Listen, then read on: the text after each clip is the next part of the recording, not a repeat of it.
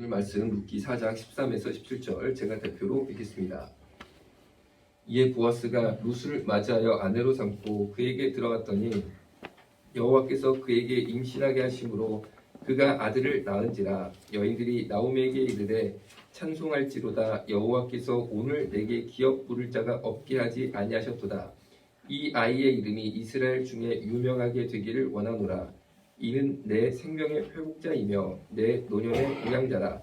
곧 너를 사랑하며 7 아들보다 귀한 내 며느리가 낳은 자보다 하니라. 나오미가 아기를 받아 품에 품고 그의 양자가 되니 그의 이웃 여인들이 그에게 이름을 지어주되 나오미에게 아들이 태어났다 하여 그의 이름을 오벳이라 하였는데 그는 다윗의 아버지인 이새의 아버지였더라. 아멘. 아멘. 16절을 보니까 나오미가 아기를 받아 품에 품고 그의 양자가 되니 기도응답을 결과적으로 현실 세계에서 받았다라는 겁니다. 아멘. 그동안은 다 머릿속에 혹은 상상 속에 이런 일이 있으면 좋겠다라고 마음속에 품었을 뿐인데 드디어 실제로 아기가 태어나서 이 할머니 품에 딱 안기게 됐어요. 다시 한번 생각을 해볼게요. 내가 이런 게 꼭 돼야 되는데 이게 꼭 내가 응답을 받아야 되는데 하고 내가 머릿속에 생각 속에 마음속에 담겨져 있습니다. 아멘? 그런데 그게 현실적으로 내 손에 와야 된다는 거. 그런데 오늘 그 응답을 받은 줄로 믿으시기 바랍니다. 이 돈 문제가 물질 문제죠. 그렇죠? 돈 문제가 물질 문제예요. 그런데 사실 가만히 생각해 보면요. 우리가 돈 때문에 걱정하는 게 아니고 가만히 살펴보면은 생활이 안 될까 봐가 걱정인 거죠. 생활이 안 될까 봐. 예를 들어서 여러분들이 여의도에 63빌딩이 우뚝 서 있습니다. 그걸 딱 보고 아이고 저기 왜 될 게 아닐까라고 막 밤낮 고민하는 사람들은 제 생각에는 없을 것 같거든요. 왜냐하면 나랑은 상관없는 것처럼 느껴지는 거예요. 그런데 왜 돈 문제가 나한테 어려운 문제로 다가오냐면 내가 생활이 안 될까 봐 조금 더 약간 뭐라고 할까요? 좀 이 구시대적인 표현을 쓰자면 굶어 죽을까 봐 걱정인 거죠. 실제로 우리가 굶어 죽는 사람은 없지만 실제로 내가 물질이 문제가 봉착을 해서 생활이 안 되고 상당히 내가 막 고난이 막 올까 봐 이게 걱정인 거야 이게. 그러니까 우리가 사실은 돈 문제 때문에 고민하는 것은 본질적으로 내 인생에 시험, 환난이 생활 가운데 현실 가운데 올까 봐가 걱정이다라고 정리할 수 있을 것 같아요. 그런데 오늘 본문을 보니까 하나님은 우리한테 귀한 내가 생각하지 못한 응답을 주시는 축복을 주시는 분이시지 나한테 시험한다는 곤란을 주는 분은 아니라는 것을 우리가 먼저 믿음으로 받아들일 줄로 믿습니다. 그러니까 하나님이 내 아버지이기 때문에 기본적으로 우리가 어떤 영성을 가지게 되냐면은 나오미가 귀한 아기를 손에 쥐었던 것처럼 분명히 축복의 열매를 전적으로 주의 은혜로 나에게 주실 것이다. 이 믿음이 일단 우리한테 있어야 돼요. 그런데 나오미가 전혀 이 아기가 손에 들어올 것으로 예상할 수가 없었습니다. 모든 환경과 상황 속에서 전혀 그런 일을 예상할 수 없었고 그냥 그러면 좋겠다 이거밖에 없었어요. 그런데 계속 기도하고 하나님 붙잡고 나가다 보니까 결국에 그 열매가 손에 오는 것처럼 저와 여러분 모두에게도 그 열매가 맺힐 줄로 믿으시기 바랍니다. 자, 그러면은 나오미가 그동안 살아왔던 인생이 광야 인생입니다. 광야 인생. 결코 평탄한 삶이 아니었고 정말 어려운 광야 속에 살았던 광야 인생이다라고 말씀드릴 수 있는데 우리가 출애굽을 하고 이집트를 딱 나와서 광야로 이스라엘 백성들이 확 들어갔습니다. 그런데 광야로 들어가면은 일단 농사를 못 짓습니다. 광야에서 농사를 어떻게 짓습니까? 두 번째로 목축도 못합니다. 소 키우고 닭 키우고도 못합니다. 그냥 하늘만 바라보고 기도하면서 거기서 하루하루 정말 주님이 먹여주시면 먹는 거고 입혀주시면 입는 거고 아무것도 할 수가 없는 거예요. 그런데 우리가 출애굽기 광야 생활을 성경을 보니까 어떻게 되냐면요. 굶어 죽은 사람은 한 명도 없다는 놀라운 사실이 있습니다. 이게 성경입니다. 다시 광야를 딱 말씀을 펼쳐서 보니까 출애굽기 말씀을 펼쳐보니까 그 광야에서 굶어 죽은 하나님의 백성은 한 명도 없었음을 믿으시면 아멘. 이거 중요합니다. 그러니까 그거로 비춰볼 때 광야 같은 내 인생도 주님이 나의 아버지시니까 굶어 죽은 일은 없겠다. 아멘. 그러면요 죽은 사람이 없나? 광야에서? 아닙니다. 엄청 죽었습니다. 이스라엘 백성들이. 사실 엄청 죽었습니다. 성경을 펴놓으면. 그럼 왜 죽었냐? 굶어 죽은 사람은 없어. 이거 확실합니다. 왜 죽었냐? 출애굽기를 딱 펴보니까 이유가 딱 하나입니다. 광야에서 주의 백성들이 죽은 이유는 무엇이냐? 맞아 죽었습니다. 하나님한테 맞아 죽었어. 하나님한테 맞아 죽었어. 이제 이해가 되세요? 그러니까 주의 백성은요, 굶어 죽을 거는 걱정 안 하셔도 됩니다. 굶어 죽을 거는. 그런데 뭐를 걱정해야 되냐면요, 내 인생 광야길에서 하나님한테 맞을까봐 걱정을 해야 돼. 맞을까봐. 왜? 맞다 죽는 자들이 수도 없었어. 출애굽기를 보니까. 다시 중요합니다. 잘 들어보셔요. 우리가 인생이 광야길이란 말이에요. 틀림없어요. 그런데 진짜 걱정할 게 뭐냐면요, 야, 내가 이달 수입이 200만 원 내 손에 탁 들어와야지 내가 핸드폰 값도 내고 차비도 쓰고 점심도 사 먹어야 되잖아요. 우리가 직장에서 요새 밥 끓여 먹는 직장 없잖아. 내가 빠나들고 가지고 복도에서 밥 끓여 먹을 수도 없고 점심 사 먹어야 되잖아요. 그렇죠? 야, 내 손에 200만 원 딱 들어와야지 내가 이거를 하는데 막 하는데 요새 회사가 어려워져가지고 100만 원밖에 못 준다는 거야. 예를 들어서 코로나 때문에 너무 힘들어가지고 이 회사가 지금 운영이 안 되니까 우리 감봉을 해야 된다. 실제로 여러분 아시아나항공이라고 비행기 유명한 회사 있죠? 거기는요, 코로나 때문에 사람들이 비행기를 안 타니까 정말 월급을요 확 깎아버렸는데 어떻게 깎았냐면 그냥 깎을 수 없으니까 막 휴가를 보내는 거예요. 휴가를. 무급 휴가인 거죠. 그러니까 이 직원은 나는 휴가 쓰면 안 되거든? 난 돈을 벌어야 되거든? 왜냐면 돈을 벌어야지 애들 학원비도 내고 공과금도 내잖아요. 그런데 강제로 쉬는 거야. 강제로. 회사에서 오지 말래. 오지 말라 해도 어떻게 가? 그래가지고 월급이 막 깎여버리고 그랬습니다. 그러면요, 딱 마음속에 무슨 생각이 듭니까? 이거 큰일 났네, 이거. 이번 달에 내가 이 돈을 맞춰야 되는데 이거 어떻게 하고 막 고민이 되잖아요. 그렇죠? 그런데 사실은 그거는 고민할 게 없다는 거야. 성경적으로 보면. 그럼 뭐를 걱정해야 되냐? 그래, 내가 광야에 들어왔구나.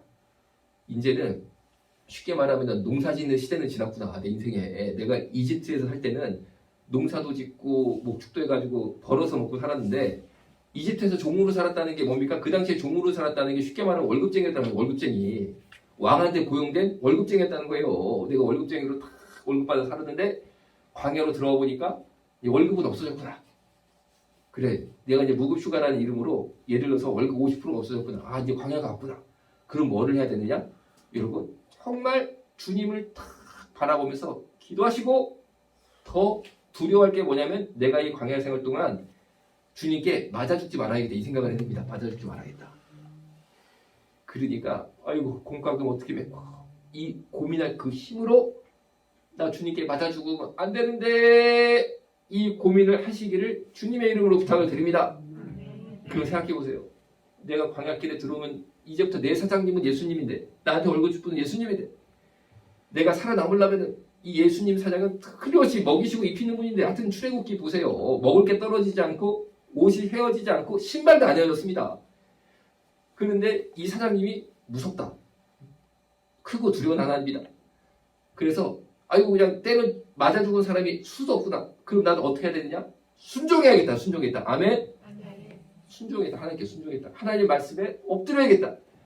내가 진짜 바싹 엎드려서 이렇게 하나님의 은혜를 매일매일 간구해야지 내가 그동안 살아왔던 것처럼 나 잘났다고 고개를 뻣뻣하게 팍 들어가지고 교만하게 그냥 막 이러고 살면 내 인생을 돌아보니까 그 스타일로 살다가는 3일도 못 가가지고 때려 맞아 죽겠다. 이거를 우리가 깨달아야 삽니다. 이거를 깨달아야. 이거를 깨달아야 살아. 그래서 제가 보니까 지금 코로나 때문에 대한민국이요 거의 지금 다 망하기 일보 직전이거든요. 다 망하기 일보 직전에 보니까 지금 다들 그냥 거의 끝선에 와 있어. 그러니까 정부에서 방역 정책을 확 풀어버리잖아요. 그걸 방역 정책 풀면은 방역이 잘 돼서 푸는 거냐? 절대 제가 볼 때는 그게 아니고 이제는 더 이렇게 못해. 응? 나라가 망해. 그러니까 이제 알아서 하라는 거야. 알아서 하라는 거야. 알아서 하라는 거야. 그러면은 이제 이번 주에 감염병이 하나 떨어져서 코로나가 2급으로 됐잖아요. 그러니까 국민들은 야 이제 코로나 방역수치가 떨어졌으니까 코로나 괜찮아졌나? 그게 아니야. 그러면 떨어진 그 코로나의 지금 2급 전염병 떨어졌잖아요. 그 2급이 다른 병이 뭐냐? 장티푸스, 콜레라, 그리고 결핵 이런 거야. 그럼 여러분 내 옆에 장티푸스, 콜레라 환자가 막 왔다 갔다 한단 말이야. 내 집에 있어. 결핵 환자랑 나랑 같이 살아. 그렇게 생각하시면 돼요. 그렇게 생각하시면. 그런데 방역을 확 풀어버렸어. 여러분 우리가 60년대 70년대 결핵 때문에 얼마나 많이 죽었습니까? 그렇죠? 그런 시대가 뭔가 그런 시대가. 그러니까 여러분 이게 해제된 게 아니라니까. 그런데요, 이제는 막 이대로 계속 이 봉쇄정책을 펴면은 대한민국 전체가 망해버리니까 어쩔 수 없는 거죠. 이제 살 사람은 살고 죽을 사람은 안 죽으라는 이거지. 이게 광야입니다. 이게 광야. 그런데요, 절대 우리가 주님을 제대로 순종하면서 살아가야지. 우리가 코로나 이전에 살았던 것처럼 잘난 척하고 그냥 대단한 척하고 교만해가지고 아이고 여러분 그렇게 살다가 큰일 나는 줄 아세요. 큰일 나는 줄 아세요. 막 엎드려야 돼. 주님한테 이러고 엎드려야 돼. 살라면 엎드려야 돼. 살라면 엎드려야 돼. 살라면 엎드려야 돼. 살라면 엎드려야 돼. 여러분 큰일 나. 크고 두려운 하나님 한번 딱 때려잡기 시작하시니까 여러분 성경에서 보였잖아요. 그냥 이스라엘 사람들이 다 죽어버리더라고. 모세가 내려와서 딱 보니까 아니 자기들끼리 그냥 막 우상 숭배하고 그러니까 하나님 한번 역병을 보내시니까 다 죽어버리더라고. 우리가 지금 그런 것 같아 내가 볼 때. 그런데요, 아이고 이 국민들이 내가 보니까 제가 뭐 잘못 본 길을 제가 잘못 받기를 내가 바래요. 교만이 안 꺾였어. 교만이 안 꺾였어. 야, 참 인간이 완악해요. 그렇죠? 우리가 성경을 보면 이스라엘 사람도 왜 이러나 싶은데 우리 조선민족은 더 한 것 같아. 우리 2년 동안 이렇게 때려 맞았으면 된 거 아니야? 이제 좀 겸손해져야 되는 거 아니야? 근데 뉴스를 보니까 아이고 주여 내가 보니까 큰일 났습니다. 그러면 어떻게 되느냐? 야, 우리나라 백성들이 목이 고다지고 교만해져가지고 이런 환난 겪어도 맨날 이거 하잖아. 자기 잘났다고. 이거 하잖아. 그럼 어떻게 할 것이냐? 여러분이라도 사시기를 주님에게 부탁을 드립니다. 그 중에 택한 자가 살아남는 겁니다. 그 중에 엎드린 자만 살아남는 겁니다. 그 사람들이 역사를 새로 쓰는 줄로 믿으시기 바랍니다. 자, 어떤 권사님은요, 이분은 조금 옛날 얘기예요. 옛날 얘기인데 너무 형편이 어려워가지고 혼자 그냥 막 온갖 구준이라 가지고 애들 넷을 키웁니다. 단칸방에서 삽니다. 단칸방에서 당시에 월세를 뭐 30만 원인가 내고 막 사셨대요. 어렵게. 그런데 이분이 기도 제목이 뭐냐면 주여 나에게도 장막을 주옵소서, 집을 주옵소서. 이 기도 제목을 붙잡고 기도를 하시는 거예요. 그런데 하나님이 어느 날 마음속에 감화감동 지혜를 주시는 거죠. 그 지혜가 여러분 모두에게도 열리기를 주님의 이름으로 축원합니다. 막 기도를 하다가 그러니까 여러분 이게 욕심으로 기도하는 게 아니고 진짜 주님의 마음에 맞는 기도를 하면 주님께서 그 눈을 열어주신다는 거죠. 갑자기 기도 가운데 주님이 그런 음성을 그런 마음을 그런 지혜를 확 부어주신 겁니다. 뭐를 부어주시냐면요. 김권사야 너를 위해서 예비한 집이 있는데 2층 양옥집이 있다. 그런데 여러분 옛날에 2층 양옥집은 부자만 사는 거잖아요. 그러니까 이분이 깜짝 놀라가지고 아이고 제가 무슨 2층 양옥집 하다가 이제 기도가 끝이 났어요. 그래도 내가 뭔가 하나님의 부어주시는 이 음성을 들었다 생각이 드니까 알아본 거야 이제 2층 양옥집을. 그런데 마침 그 교회에 장로님이 한 분 계시는데 은행 지점장이셨대요. 그래가지고 딱 만나가지고 내가 기도하는데 이런 감동이 있다 하니까 그러세요? 그럼 한번 부동산 가서 얼마인지 알아보세요 해가지고 딱 그 동네 알아보니까 조그만 2층 양옥집이 있는데 뭐 얼마가 있는 거예요. 딱 가격이 나온 거예요. 그런데 도무지 뭐 살 수가 없는 거죠. 이분은 30만 원짜리 월세방 사니까. 그래가지고 그 가격을 가지고 딱 그 은행에 들어가 보니까 이게 해결이 되는 거예요. 어떻게 해결이 되냐면 이런 겁니다. 이 권사님은 애들이랑 함께 단칸방에서 살면 되는 거예요. 그렇죠?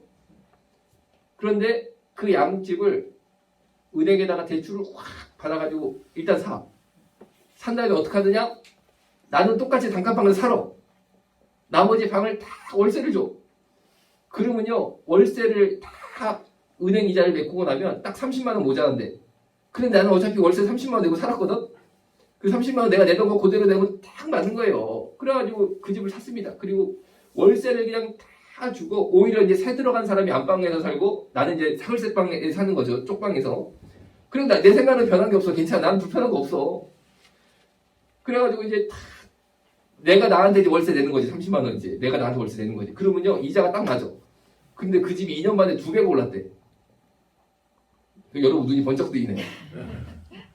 눈이 번쩍 뜨요. 그러니까 광야에서요 굶어 죽게 안 하신다니까. 주님이 굶어 죽게 안 하신다니까. 같은 돈 30만 원인데 주님이 함께 하시니까 2층 양옥집에 생기더라니까.